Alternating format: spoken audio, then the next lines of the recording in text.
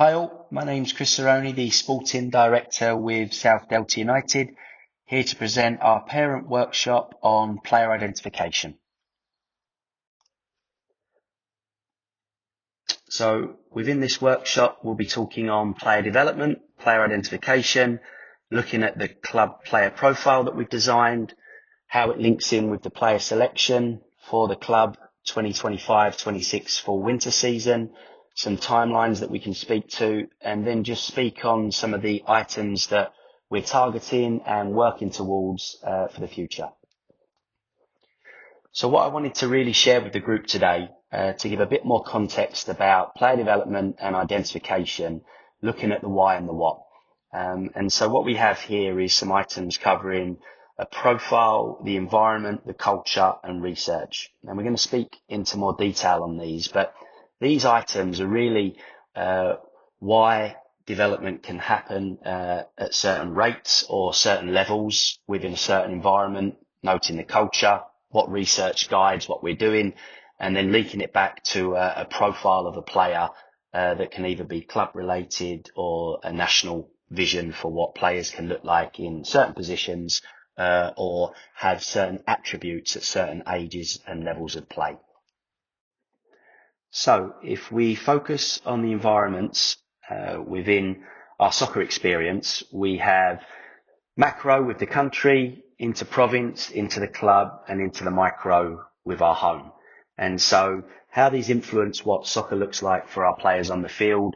There are technical standards and requirements put in the game from a national and provincial level that clubs have to abide by.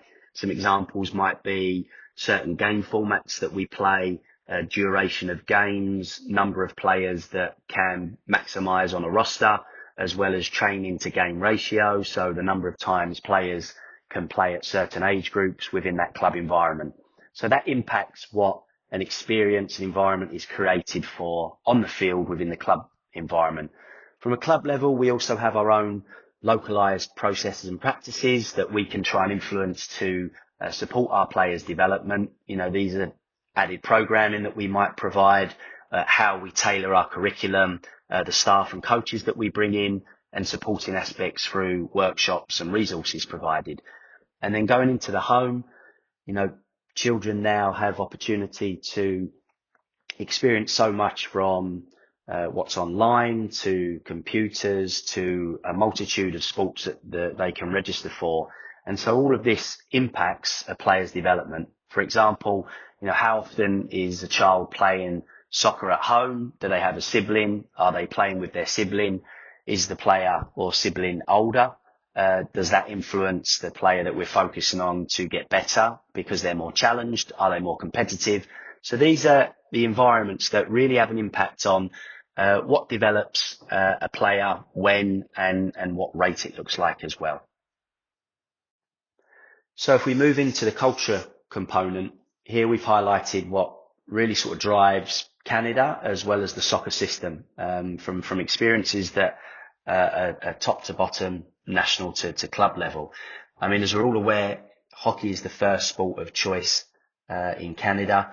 It might not be the biggest participation sport, as soccer is one of those, but hockey is the sport that drives and excites the country.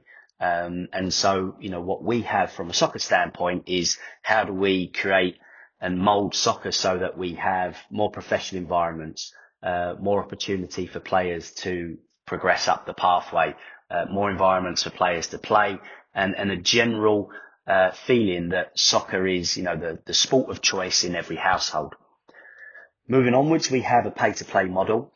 So typically to play soccer, you pay for the service. The higher the environment that you're selected for or aspire to, the more cost there is because there's more resources needed to help shape a higher level of environment and experience for those players. What it looks like in BC specifically is we have the Vancouver Whitecaps and the Vancouver Rise that run academy programming free of charge. So moving out of the community environment into provincial programming, the next step would be how do you get into those youth professional academy environments that provide the service free of charge. If you compare that to a European model, Certain countries are blessed with having hundreds of professional environments, and so there's more opportunity for those players to get access to free higher level programming. So what the pay to play culture highlights is there's a customer service element to it as well, in making sure that players are provided with appropriate levels of play, while also clubs and programming holding to appropriate standards and environments created. If we link it then to the team, naturally soccer is seen as a team environment. And so what happens from a cultural standpoint is we sometimes lose our view on developing individual players within the team environment because the team concept is highlighted more so over individuals. And I use an example here is at certain ages, the players are learning just to control the ball. And so it's how do we nurture a relationship with that ball? And we might have a typical mentality to say, hey, we need to pass and share that ball. But the players at that moment in time, if they can dribble, take advantage of the space or use their skills to challenge themselves, we really want players to learn how to work with the ball first and then learn to share it as they get older. But what we have, from a team concept is it's a fantastic opportunity to put children into team environments to learn good team traits. And sometimes from a development standpoint, there can be too much of a focus on the team over how do we support individual players. So it's just one area as well from a cultural standpoint. And then the last piece, and we will be doing a workshop on this component, is naturally everyone wants to win. The game is competitive, but what we have to do is in the development grassroots section is work out, well, how do we define what a win is? It's very easy to say, we won 1-0 at the weekend, and that means that team that won 1-0 is the best team. That probably isn't necessarily always the case. What we don't know is how much possession the other team had. Did they have lots of shots and they just weren't on target for the day? There could be better players on the team that lost 1-0 because of we're using the result as a moniker of success and winning is the priority. What we sort of want to scale back is the process to win. And again, linking it with that individual and team piece is if we have X amount of players on the field, when they're attacking and defending, are they winning their 1v1 battles, for example? Are they getting on the ball and dribbling or passing? Yes, they are. Fantastic. When their opponent opposite them gets the ball, are they able to prevent them from going forward and potentially win the ball? If that's happening across the field, 9 times out of 10, you're going to have players getting on the ball going forward or winning the ball when they're defending. And you'd like to think that from a process standpoint, you'll create more opportunities. So what we really want to look at is looking at development and winning and the process of what that looks like, and maybe redefining winning within a grassroots community environment.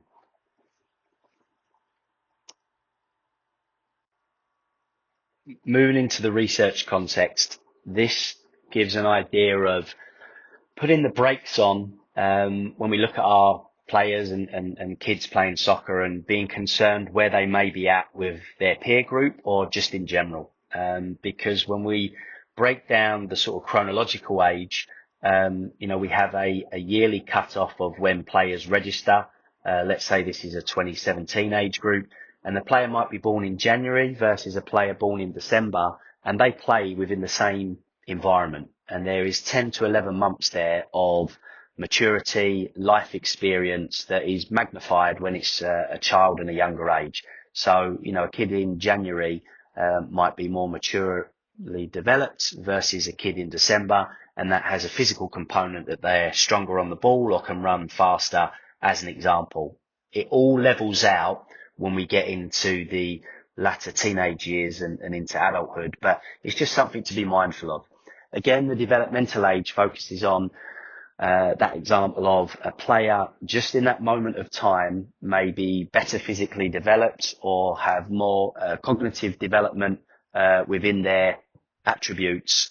But again, it is an example of, trying to work out where different players are at and what influences where they're at from a developmental standpoint.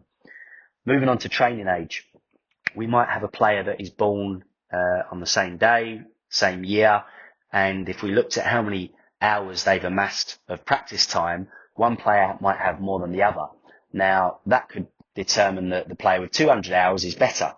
It may not, noting that just because the players had more training doesn't necessarily mean that they are better than their peers, because their peer might have more potential and growth within their own skill set if they were to do the hours. So these sort of things all come to consideration when looking at, how is a player amassing their hours of development, where are they at from a physical and cognitive developmental standpoint, and where were they born within the year that can have a real impact on future selections just by the chance of that. And this links into the relative age effect. This is an item that highlights that typically players in quarter 1 and quarter 2 that were born at that time of the year have more chance for selection, because they are seen as quicker, stronger, and potentially cognitively more developed because they're experienced, and they are older than their peers in quarter 3 and quarter 4. Now, this is research and evidence that has been proven across the globe from all levels of soccer play, international team programming, and across other sports. So what I'm sort of trying to highlight here is when we pair player development with the identification processes, these are some of the areas that come into consideration when you really go into the detail of, okay, what's the long-term development or potential of certain players depend upon information that we know from a wider perspective. As some of you may be aware, we did develop a club player profile, and typically what profiles look at is the attributes of players at certain ages and trying to gauge, well, where are players at with when they have the ball, when they don't have the ball, what's their attitude like potentially, if we're playing 11v11 game formats, do they have positional awareness, and what's their soccer IQ, understanding of the game. So the next slide moves into what we've developed from a South Delta United concept to help coaches from the head coaches positions to our technical staff coaches try and align in looking at players at certain skill sets so that we can make better decisions moving forward on where those players should play. Some of you may have already seen our player profile for the club. Here's a real high level snapshot of what it looks like for the U10 to U18 age group.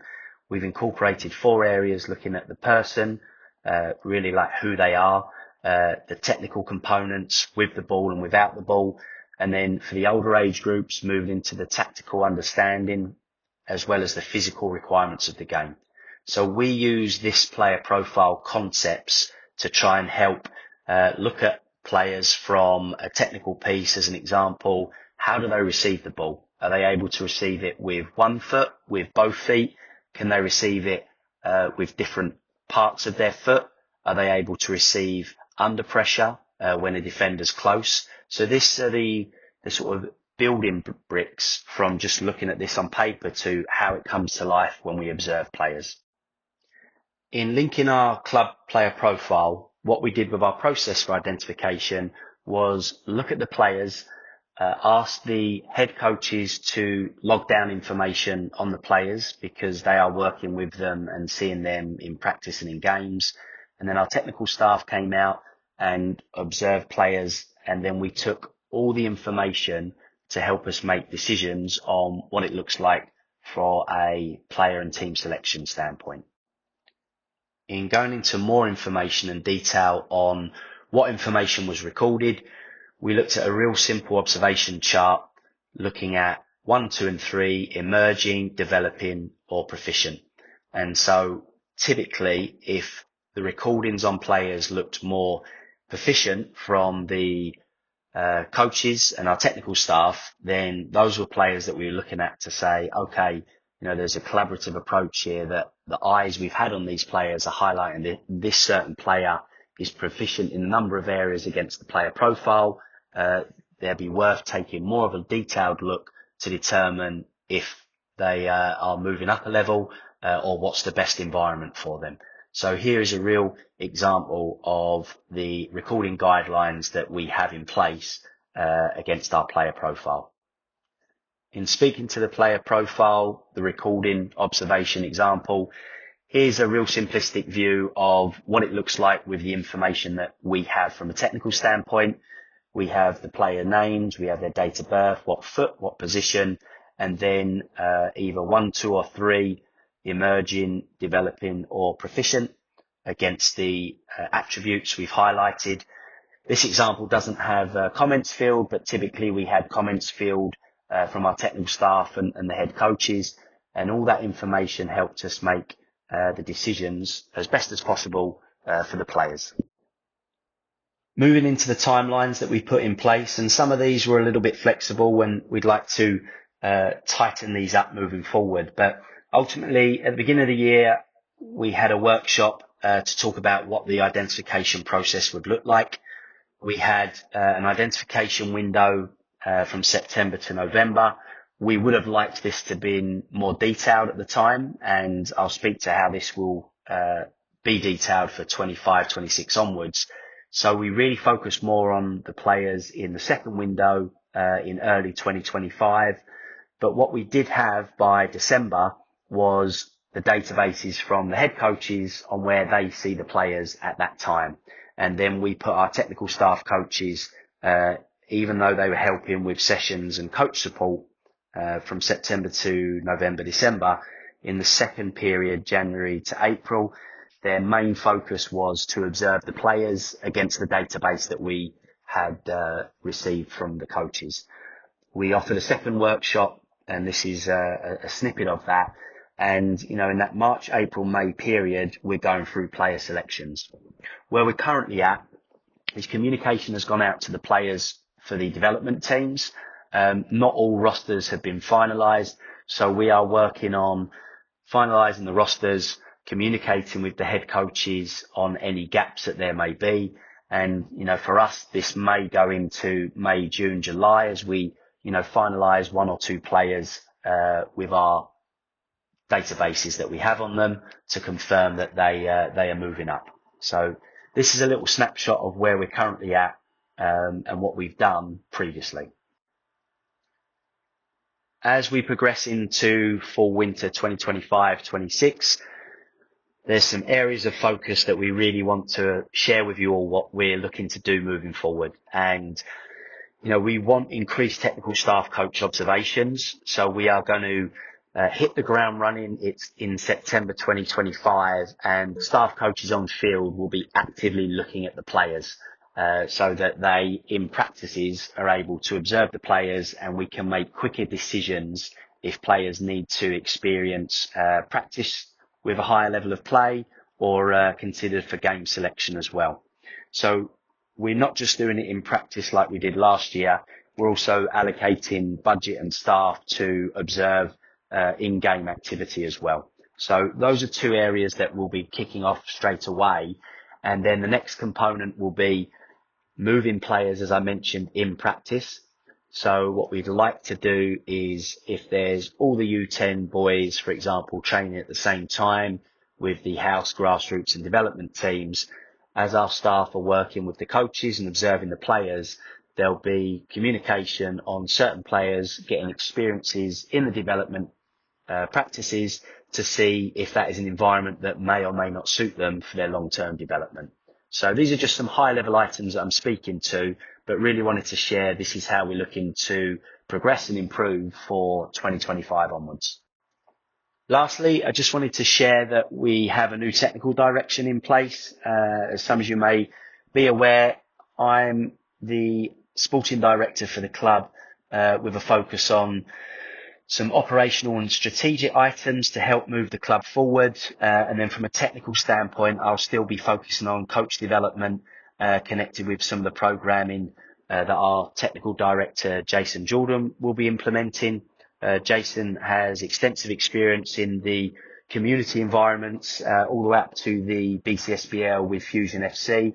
And he'll be leading our player development programming, linked in with the player identification process. So moving forward, Jason will be on field, visible, and a point of contact around this process that I've spoken to. In wrapping up, I appreciate your time observing this video. I hope it's beneficial for you. If you do still have more questions, whether they're general or real specific to your situation, please email me directly, chris@southdeltaunited.com, and I'll get back to you, and we can either have a phone call or cover it via email to highlight any questions or areas of clarity that you need. Again, thank you for your time,